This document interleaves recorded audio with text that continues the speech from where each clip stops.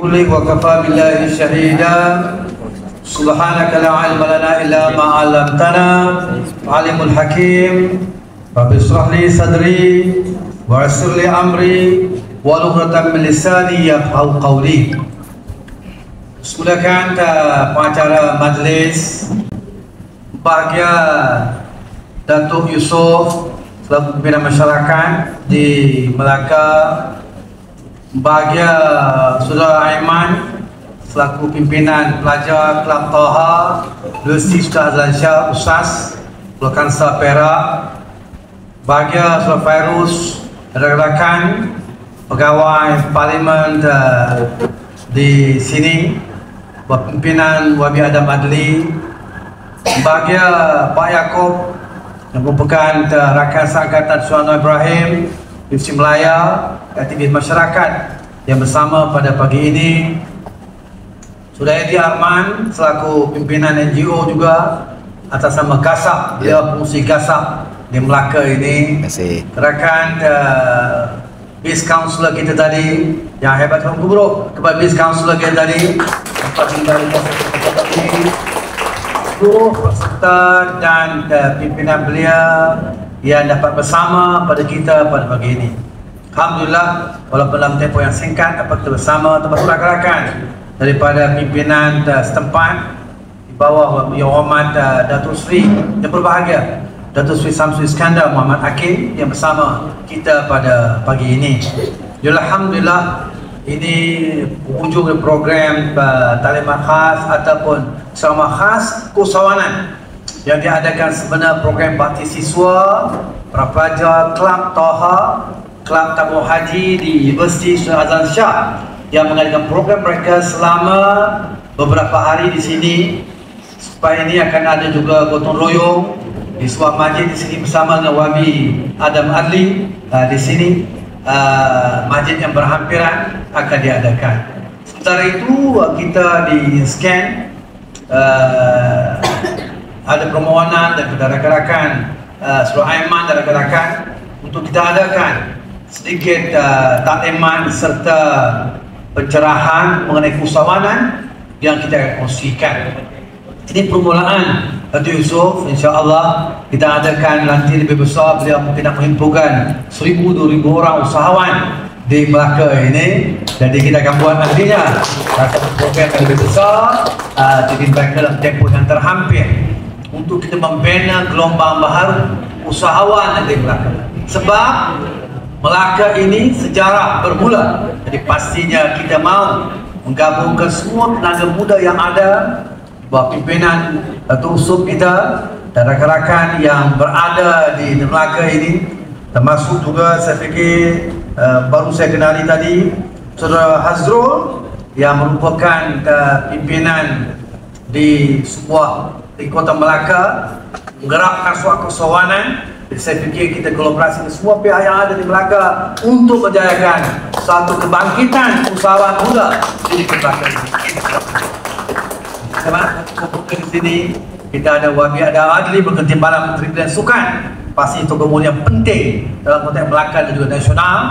Pasti juga Datuk Seri Samsul Iskandar yang merupakan tokoh muda yang hebat yang perlu bergerak bersama dalam konteks kita hari ini, dan sejumlah pemimpin Melaka termasuk Pak Yaakob, termasuk Pak Omar Jaafar, Datuk Seri Omar Jaafar, Datuk Panglima Omar Jaafar kita, bekas speaker Dewan Undangan Negeri Melaka. Ini semua akan kita gabung kekuatan semua terusupkan. Sebab Tok Yusof juga ini merupakan timbalan fungsi Koperasi Masyarakat Madani Malaysia, tukang gubernur untuk kita. Jadi insyaAllah kita kan tak ramai hari ni, saya kata kita nak mula ni dengan adik-adik dekat usaha. Dia orang ramai ada orang takut kan. Jadi dia kata biarlah kita bagi adik-adik kita di USAS untuk mengendalikan Surah Aiman dan rakan-rakan Farah juga tadi kan, untuk mengendalikan program ini. Dan insyaAllah program mega yang besar kita serah terus. Dia memang besar-besar belakang yang dia mahukan. Jadi saya fikir dalam hal ini kita akan bergerak ke hadapan menjayakan satu agenda mindset yang lebih besar dalam konteks usahawanan. Saya fikir dalam ucapan awal ini juga ataupun penutup ini juga saya ingin kongsi sedikit juga nanti slide yang memang saya selalu juga kongsi semalam. Saya berada di sesi hampir sama di Kelantan bagi pimpinan masyarakat yang muda, yang veteran di Kelantan Kota Baru semalam. Dan terus hari ini saya ke Melaka kemudiannya. Yang ingin saya sebutkan ialah bahawa kita inscan komited untuk membangunkan usahawan baharu di Malaysia. Dalam tempoh 10 tahun yang lalu, kita telah membangunkan 130,000 para usahawan baharu. Dari mana setiap tahun kita akan bangunkan 10,000. Tetapi kali ini apabila saya pegang satu pengurusi instan, kita mahu sasaran kita adalah sebanyak 20,000 usahawan baru setahun. Sehingga tahun ini alhamdulillah kita telah menyentuh kira-kira 17,000 usahawan sehingga pada hari ini. Saya pun insyaAllah sebelum tahun kita akan mampu membangunkan 20,000 usahawan baharu dalam tempoh setahun 2025 ini insyaAllah. Jadi saya kira ini suatu benda yang besar yang kita lakukan sebab sejarah bermula di Melaka. Dan kita mahu juga nantinya Saudara Eddie Arman untuk insyaAllah kita gerakkan satu program yang lebih besar dalam kata keusahawanan. Kita juga mulakan di Melaka. Saya sebut demikian bagaimana dalam slide yang ada ini. Teruskan. Walaupun ini penutup dia kita nak kongsi juga sedikit slide saya ini. Silakan next. Okey. Dalam sejarah Empire Melayu Melaka membuktikan bahawa orang Melayu ini adalah merupakan pedagang, pelaut dan pahlawan yang hebat. Ia benar antarabangsa. Pelabuhan Melaka dapat menampung 2,000 kapal dalam satu masa. Dan 60 bangsa ada di sini pada waktu itu. Dan kemudian 84 bahasa dipertuturkan di sini. Maknanya waktu itu ia benar-benar pelabuhan antarabangsa, bukan Rotterdam, bukan Osaka. Yang hebat pada waktu itu, yang hebat adalah pelabuhan Melaka. Bagaimana Saudara Fairuz yang saya ungkap dan saya nyatakan di sana. Berbagai pandangan ini bukan pandangan saya, ini galaksi pandangan tempatan antara bangsa yang ada yang perlu kita faham. Sama ada kita sebagai orang Melaka atau kita sebagai orang Malaysia, rakyat Malaysia. Tak kira lah, sama kita orang Melayu atau Tionghoa atau India atau Dayak atau Kadazan. Ini fakta sejarah yang ada. Dengan teknologi perkapalan dan meriam yang terkehadapan, sehingga menarik orang India dan Arab untuk berniaga di sini. Bukan untuk berniaga, tetapi untuk berniaga dengan di sini kerana orang Melayu cukup hebat pada waktu itu. Walaupun kemudian Eropah datang, Portugis, Belanda dan Inggris, walaupun mereka punya niat yang lain untuk menjajah negara kita. Itu perbedaan. Teruskan. Bering Railroad merakamkan hakikat dan ungkapan flock together every year in Malacca, which was then the center of Indonesian trade. Maknanya waktu itu tak ada kapal, maknanya diesel ataupun apa lagi dengan nuklear. Waktu itu pakai kapal layar. Maknanya layar tu bergeser-geseran. Sebab kan banyak 2,000 kapal at one time. Satu ketika ada 2,000 kapal layar. Dari rumah ada the flock together, ada bertambah-tambah lah. Layar itu tadi membayang seperti seboknya. Bagaimana gambaran yang saya buatkan di sana. Seterusnya, Tom Perez mengungkap bahawa pelabuhan Melaka ketika itu adalah pelabuhan tersebut di dunia. Di dunia, I'm not joking. Dan Dorothy Barbados telah mengatakan Bandara Melaka adalah pelabuhan terkaya dengan jumlah perdagangan borong yang terbesar di dunia pada waktu itu. Seterusnya, teruskan. Ini mana kemajuan yang ada. Cuba lihat kapal. Kapal Melayu Melaka, Jom Melayu Melaka itu yang besar tu. Manakala Portugis yang sebelah kanan itu. Maknanya kapal Melayu Melaka 4 kali ganda lebih besar daripada floor dalam laut yang ada depan Alfa Musa sekarang. Jom Melayu pada waktu itu 4 kali ganda dan dia ada 4 lapisan dan tidak tertembus oleh meriam Portugis sebenarnya. Kalau bukan kerana pengkhianatan, Melaka tidak akan jatuh. Tapi kerana pengkhianatan dalaman, Itulah yang mengakibatkan Melaka jatuh. Teruskan.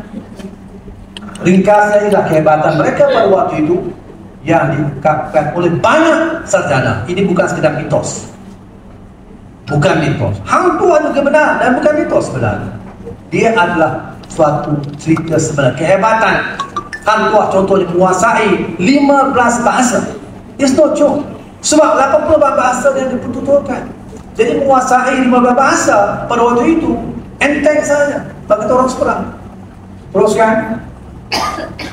Walaupun kemudian kita dijajah lebih 400 tahun oleh satu siri penjajahan yang sesenarakan di sana, walaupun kini alhamdulillah kita menghadapi zaman globalisasi.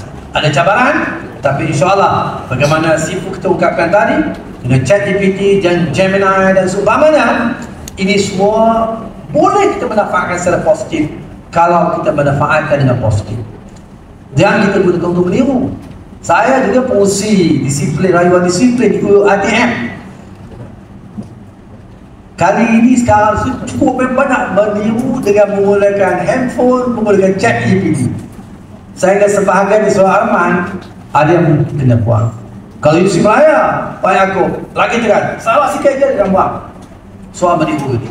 Jadi kita kena ada self-restraint supaya tidak melanggar undang-undang. Jangan kita menipu. Benda tu baik, tetapi jangan kita gunakan kepada hal-hal yang memudaratkan kita dalam kehidupan seharian kita. Oleh demikian, dalam hal ini next, ini cabaran yang ada. Apakah cabaran post normal time, PNT yang ada? Anak muda semua faham cabaran dari segi volatility, uncertainty, complexity, ambiguity, and hyperconnectivity. Saya bukan bahas sila persoalan ini, bukan kuliah kita dalam soal post normal time di bidang kepakaran Jadiul Sadar bersama PMX kita yang selalu bicara soal PNT, post normal time ini. Seterusnya, oleh demikian dalam masa sama kita, anak muda terutamanya, perlu faham bahawa ekonomi dan keusahawanan yang kita kena bangun adalah ekonomi yang manusiawi, usahawan yang madani, yang kalau kita lihat dalam hal ini ekonomi manusiawi yang merujuk kepada pembangunan manusia seutuhnya, penjagaan alam sekitar, tiada riba, tiada penindasan, tiada eksploitasi. Sebaliknya, membela yang miskin, mengutamakan kebahagiaan hidup tanpa mengetepikan produktiviti, pertumbuhan dan keuntungan. Teruskan. Oleh demikian, Al-Quran dalam surah Al-Isra dengan jelas menekankan soal prinsip karamah insaniyah, martabat keinsanan yang perlu ditekankan dalam ekonomi manusiawi. Seterusnya, walaupun kita lihat hakikatnya dalam dunia pada hari ini, kalau ada air mineral bagus juga, tapi dengan air mana itu? Air mineral, alhamdulillah. Air mineral. Hakikatnya kalau kita lihat di banyak global pada hari ini, 8 orang yang terkaya di dunia menguasai pemilikan 36 bilion manusia. Maknanya tertumpuk, ada istilah selalu PMX mengatakan tertumpuk kepada kalangan tertentu saja. 8 orang kuasai pemilikan 36 bilion manusia dalam dunia. Manakala 1,9 bilion manusia mengalami obesiti. Dengan 490 juta manusia kurang zat makanan, 815 juta dalam kelaparan, apatah lagi di Gaza yang sengaja diolah demikian oleh Zionis Israel dan jahat. Dan 2,2 bilion penduduk dunia masih belum mendapat air minuman yang selamat. Ini disparity, kesenjangan yang ada dalam dunia pada hari ini apabila ekonomi manusiawi itu tidak diamalkan. Teruskan. Ini kata-kata yang saya fikir menarik daripada pejuang kemerdekaan India Mahatma Gandhi. The world is enough for everybody's need, but not enough for one greed. Seterusnya, sebab itu ekonomi manusiawi dan usahawan madani ini penting supaya usahawan madani kita semua ini terutama dengan anak muda yang sedang mengorak langkah dalam keusahawanan ini, kita mahukan soal usahawan madani, bagaimana dalam konteks INSCAN kita mahukan membangun usahawan madani. Apabila saya memasuki INSCAN satu kursi, segera saya ungkapkan moto baharu INSCAN adalah membangun usahawan madani. Sebelumnya memperkasa usahawan dari esok baik, tetapi saya fikir kita lebih tepat dalam konteks kita hari mahu kita membangunkan usahawan madani. Yang umumnya usahawan madani bermakna ia menghayati 6 prinsip, 6 hukum madani sebagai seorang usahawan itu tadi. Contohnya, teruskan. Seorang usahawan madani yang faham nilai ihsan, dia akan menghayatinya dengan mengelak daripada rasuah, riba, penyelewengan dan pembaziran. Kerana sentiasa merasakan Allah SWT, Tuhan yang Maha Kuasa, memerhatikannya. Juga dengan nilai ihsan, contohnya semangatnya sentiasa mahu berkongsi dengan orang lain dalam berkongsi rezeki maupun berkongsi ilmu keusahawanan. Dia berkongsi rezeki, dia takkan sakal, dia takkan juga santau dalam masa yang sama. Yang kedai lain tutup, gelap kan. Orang Melayu kadang-kadang dia tengok kedai-kedai lain maju, kedai makan, ada santau di kedai itu. Dia kedai dia maju kan, contoh. Di Melaka tak ada lah, di tempat lain.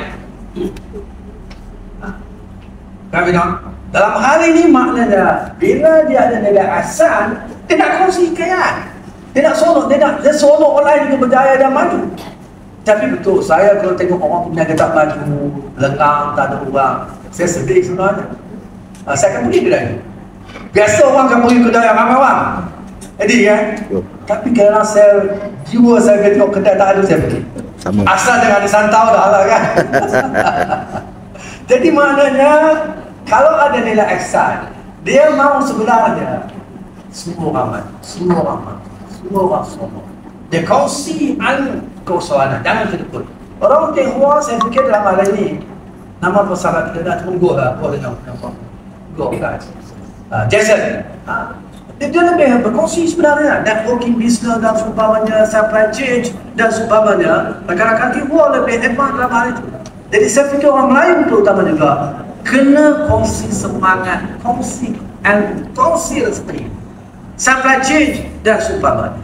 Ini perlu ada dalam konteks usaha baru di antara sama ada orang Melayu atau Tionghoa atau India, Dayak maupun Kadazan. Teruskan.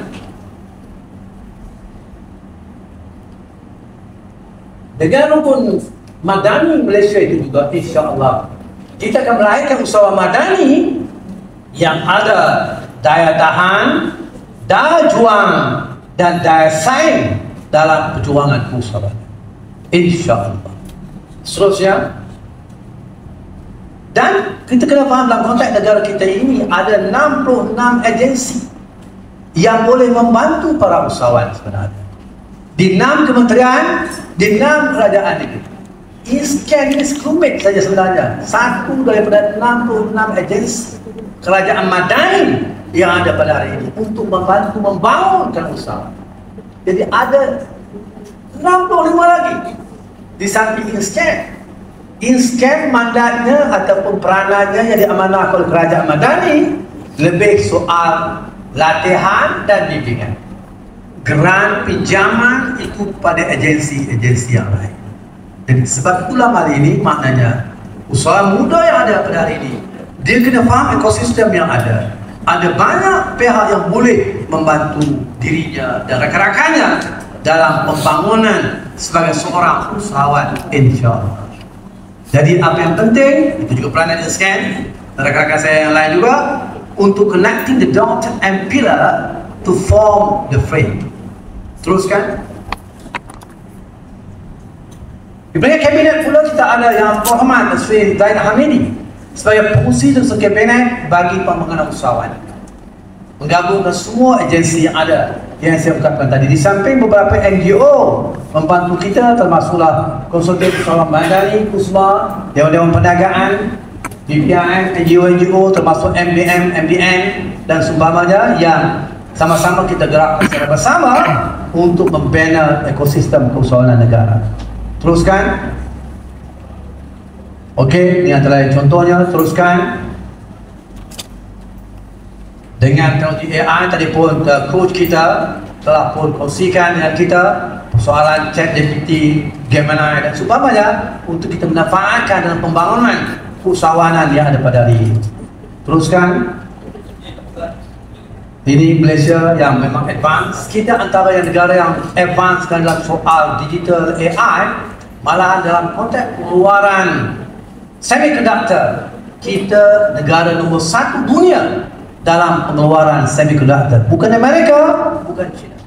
Kita nombor 1 dalam pengeluaran semiconductor dunia pada hari ini, yang amat penting dalam semua perusahaan masa depan. Sama ada perusahaan satelit atau TV atau elektronik dan sebagainya, kesemuanya memerlukan semiconductor ini tadi. Dan kita adalah merupakan pengeluar utama, termasuk kita juga antara negara yang paling banyak simpanan rare earth ataupun REE, unsur nadir, yang ada dalam negara kita. Jadi terusuk nak latihan anak muda juga bagaimana untuk menerokai rare earth yang ada di Malaysia dengan cara yang betul, dengan lesson dalam konteks sebagai perusahaan masa depan dalam konteks negara kita. Di samping F&B, tourism penting, tetapi ada beberapa sektor kritikal sebenarnya yang perlu juga anak kita, muda kita mulai menceburi sebagai perusahaan masa depan yang penting dalam tamadun dunia manusia pada hari ini. Teruskan. Ni digital gap, pada tak apalah. Teruskan. Teruskan. Ini soal bagaimana kesan, bagaimana soal online business di antara negara yang dari ada dalam nota yang saya ada itu. Jadi saya tak akan pergi detail lah. Teruskan. Oleh demikian, Yonathan Anwar Ibrahim sebagai pengurusi ASEAN 2025, ini ruang untuk kita mengevaluasikan business networking kita. Go ASEAN, go global. Ini perlu ada dalam sebagai semangat usaha baru kita. Go ASEAN, go global. Maknanya cencalo. Jangan kita fikir di belakang ada, tapi pula seluruh ASEAN, pula seantero dunia. Kita dulu mana-mana yang dah pergi Korea 20 tahun yang lalu, pergi Korea, kimchi, suka ke makan kimchi?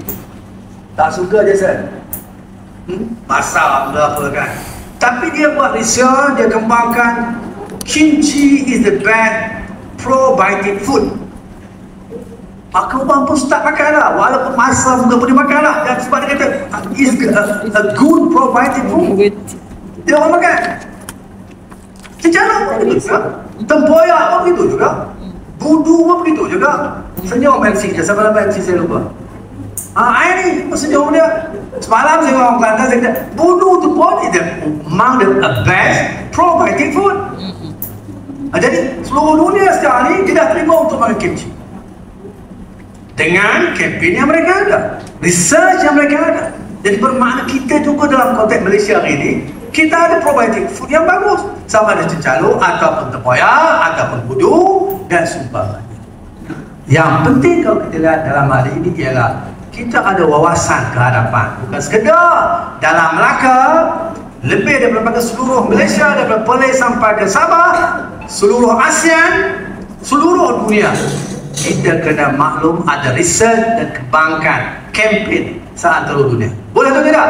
Boleh. Boleh, insyaAllah. Dibantu oleh Ustaz. Kan? Sebab kalau kita lihat, kalau ASEAN saja ada 670 juta pembeli. 670 juta. Manakala kalau OIC, Organization Islamic Conference, ada 57 buah negara dengan 2 bilion penduduknya. Manakala yang kita rapat kedua-duanya China dan India, gabungan kedua-duanya ada 2,86 bilion penduduknya sebagai pembeli klien kita. Bayangkan kalau kita punya cincalo dibeli oleh 2 bilion pembeli. Cuba kita bayangkan, tak cukup. Tak cukup udang di belakang ni, tak cukup botol, kita buat botol je kan. Jadi kita bayangkan, maknanya ini semua bukan mustahil. Kalau Korea boleh buat dengan kimchi dia, seantero dunia. Thailand boleh buat tom yum dia seluruh dunia 5,000 cawangan seluruh dunia. Mengapa tidak kita? Sebenarnya boleh. Tetapi kita ada wawasan besar ke depan yang pun kita ada. Seterusnya, ini kan apa dah? Oleh demikian, kalau kita lihat, Kerajaan Madani memperuntukkan 38 bilion ringgit untuk pembangunan usahawan untuk 2025. Ini bukan soal pinjaman, apa tidak, ada program pertolongan. Pinjaman itu ada bajet yang lain. Program pembangunan usahawan saja Kerajaan Madani membutuhkan 3,88 bilion. Apa yang penting adalah supaya ia dilaksanakan dengan kemas, berimpak tinggi dan tiada kebocoran. Ini penekanan Datuk Seri Anwar Ibrahim dalam soal tata kelola yang baik itu. Good governance. Teruskan. Dan kita faham dalam Islam terutamanya Rasulullah memperingatkan 9/10 rezeki itu adalah daripada perniagaan, daripada keusahawanan. Malahan sejarah para Nabi juga menyaksikan mereka adalah pengusaha, pedagang dan pengembala. Tak perlu saya panjangkan, itu ada banyak. Semua Nabi adalah pengusaha dan pedagang dan pengembala. Bukan makan gaji. Kita hari ini banyak makan gaji kan. Teruskan. R&D juga cukup penting pastinya. Sebab R&D yang saya katakan tadi, kalau Korea Selatan buat kajian on kimchi, dia yakin dia masuk dunia soal ia best probiotic food. Dan kita lihat kesannya macam mana. Sama juga kita ni pun. Kalau ada R&D yang kuat dalam soal barangan kita, produk kita, food kita, sebenarnya dia boleh juga memberi impact yang besar. Itu kita kedua gerak sama di UTM ke ataupun UiTM ke atau bagaimana kajian dalam food industry mereka membuat kajian-kajian dan disebarluaskan, diterbitkan, ia akan memberikan impact yang besar. Bagaimana kimchi boleh menerobos pasaran antarabangsa. Seterusnya, kolaborasi penting. Teruskan. Di peranan Kuskop, 10 agensi di bawah Kuskop. Teruskan. Dengan turun patah balik sikit. Kita perlu penting juga bahawa ekosistem keusahawan negara kita ini dipandu oleh Dasar Keusahawanan Nasional yang dilancarkan pada tahun 2018 dan ingin mencapai tahun 2030 seluruh rakyat Malaysia ada jiwa keusahawanan. Tak spesifik negara lagi, tapi ada jiwa keusahawanan yang ini yang dimahukan dalam Dasar Keusahawanan Nasional 2030. Ada 5 objektif utama, 6 trust strategi yang mau dicapai dalam konteks Dasar Keusahawanan Nasional 2030. Teruskan. Itu juga sambungan. Kalau di bawah Kementerian Usaha dan Koperasi Kuskop, kita ada Inscan, kita ada SME Corp, Amanah Ikhtiar, Bank Rakyat, Pernas, Protege, SME Bank, Teguh Nasional, UDA, Isu Koperasi Malaysia dan Suruhanjaya Koperasi Malaysia. Ini di bawah Kuskop, Menterinya Wabi Wan Benadik. Saya pengurusi Inscan, ada 10 agensi di bawah Kuskop. Teruskan. Ini pembahagian tugas lah di antara agensi-agensi di bawah Kuskop. Teruskan. Ini contoh UiTM. Tahun ini Masmed cukup umurnya 50 tahun. Telah dilancarkan 50 tahun yang lalu. Akademi Pembangunan PKL dan Usaha Keusahawanan Malaysia. Singkatannya Masmed yang belum berjabat di Shah Alam, di UiTM Shah Alam. Yang saya juga lah lembaga pengarah UiTM dengan pelajar 200,000, 34 cawangan dari Perlis sampai ke Sabah. Teruskan terutama dalam konteks fokus anak muda Putra yang jauh ketinggalan. Teruskan. Ini antara contoh mereka yang berjaya.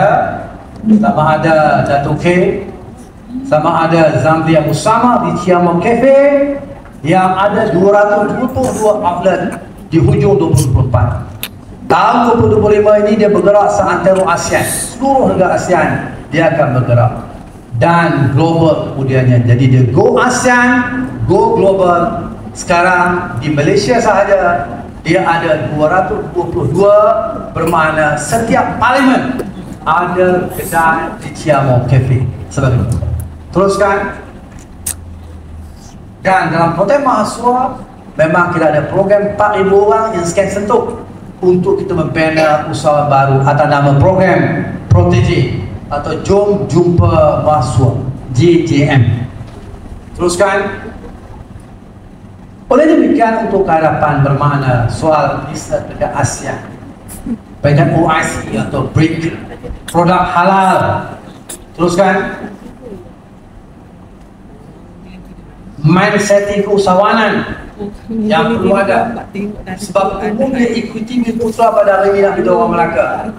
Ikuti Bumi-Putera hari itu 12% sahaja. Itu pun sebahagiannya dalam GSC kerajaan. Kalau betul-betul ikuti Melayu Bumi-Putera ini kurang 10%. Itu gambaran yang kita ada di situ. Very much left behind dalam konteks itu. Teruskan. Anugerah yang mungkin untuk memberikan semangat kepada mereka. Dan baik, saya fikir kalau ada syarikat-syarikat usahawan perpaduan yang menggabungkan orang Melayu, Cina, India dalam satu syarikat, kenapa tidak? Kan? Yang bersifat demikian. Jadi saya fikir dalam hal ini maknanya perlu ada sinergi, kolaborasi di antara usahawan Melayu, Cina, India, Dayak, Kadazan. Jadi tidak timbul soal persaingan maut, yang Cina nak boikot Melayu, yang Melayu nak boikot Cina, dan India, yang India nak boikot. Saya fikir itu bukan yang sehat. Tetapi dalam konteks negara kita ini yang berbagai kaum dan agama, tidak salah kita ada syarikat-syarikat yang mendukung semangat perpaduan kita sebagai bangsa Malaysia. Betul, Allah jadikan kita ada bangsa Melayu, ada bangsa Cina, ada bangsa India, atau keturunan Portugis, atau keturunan Nyonya, atau Dayak, atau Kadazan. Ini kejadian yang Tuhan berikan kepada kita. Tetapi bukan untuk kita bergaduh. Sebaliknya Al-Quran dengan jelas mengungkapkan istilah lita'arafu fayakun, untuk kita saling mengenal dan membina kemajuan kita bersama. Ini yang kita mahukan. Teruskan, saya tak apa. Okey, penutup hujung sekali. Oleh demikian, yang perlu ada adalah semangat untuk berubah, membina diri kita. Al-Quran mengungkapkan dalam surah Ar-Rahman. Tahun 70-an, saya selalu cerita benda ni, alhamdulillah siap teman. Tahun 70-an, Presiden Korea Selatan, Presiden Park Chung-hee dan Pak Chubong. Pak Chubong pemain badminton, kan Pak? Jadi pada waktu itu dia melawan penegarakan negara. Di antara yang beliau lihat di penegarakan negara ada khat yang cantik. Dan Presiden Pak Chung-hee tanya, what is that related to photography? Dan Alhamdulillah, Abdul Razak waktu itu Perdana Menteri kita Malaysia, dia kata a verse of Al-Quran. Dan Presiden Pak Chung-hee tanya lagi, what is the meaning of the verse? Allah Alhamdulillah menjawab, indeed, verily, never will Allah change the fate of people until they change themselves. Inna Allah la yughayyiru ma biqaumin hatta yughayyiru ma bi anfusihim. Sesungguhnya Allah tidak mengubah nasib mana-mana kaum, mana-mana bangsa, mana-mana usahawan, mana-mana perjuangan, kecuali mereka mengubah nasib mereka sendiri. Jadi Presiden Pak Chung-hee kata, this is great philosophy. I must bring back this philosophy to Korea.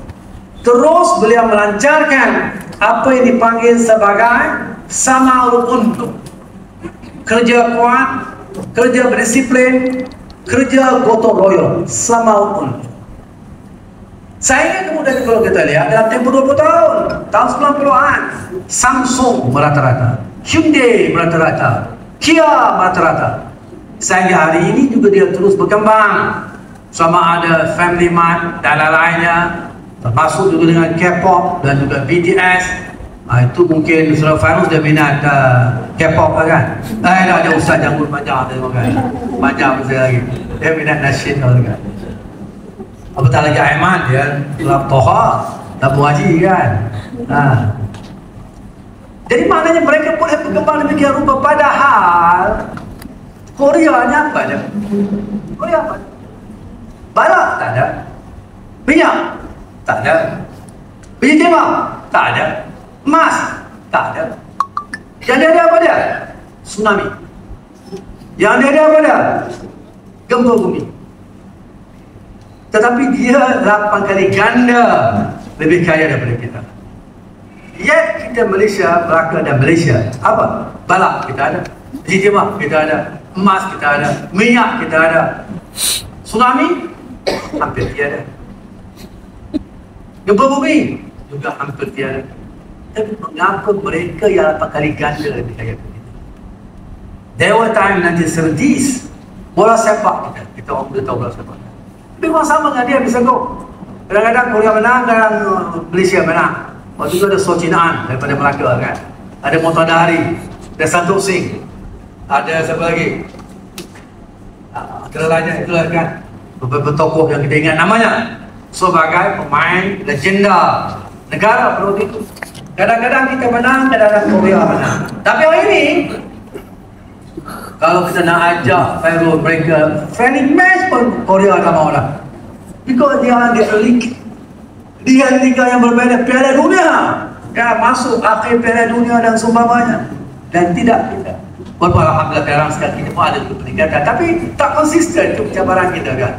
Ada masa tu nampak macam ada peluang tu naik, tapi betul dia balik. Kecuali JDT lah. Orang Johor lah cerita kan, dia tapi sikit ada JDT kan, follow by Selangor kan. Begitu kan. Oleh demikian dalam hal ini maknanya kita kena kemaskan. Ada sebab. Saya tak akan cerita detail lah ini kan, sebab ini bukan sesi kita. Mengapa mereka boleh 8 kali ganda lebih kaya daripada kita dalam tempoh yang singkat 20-30 tahun dia boleh lakukan demikian. Dan saya fikir PMS kita dan Sri Anwar Ibrahim bila beliau membawa falsafah Malaysia Madani, ini juga bagaimana Presiden Pak Tun Hee Korea Selatan 70-an membawa falsafah semaut ilmu, membawa perubahan paradigma dan semangat kerja yang ada di Korea. Dan ini yang dimaukan oleh Sri Anwar Ibrahim dalam konteks Malaysia Madani. Kita bekerja kuat dengan good governance, jangan sakau. Sebab antara sebenarnya mengapa kita ke belakang adalah walaupun kita tidak seteruk beberapa negara Afrika, ekspor negara, tetapi sakau itu masih kuat dalam negara. Sebab itu kita tidak cukup maju ke hadapan.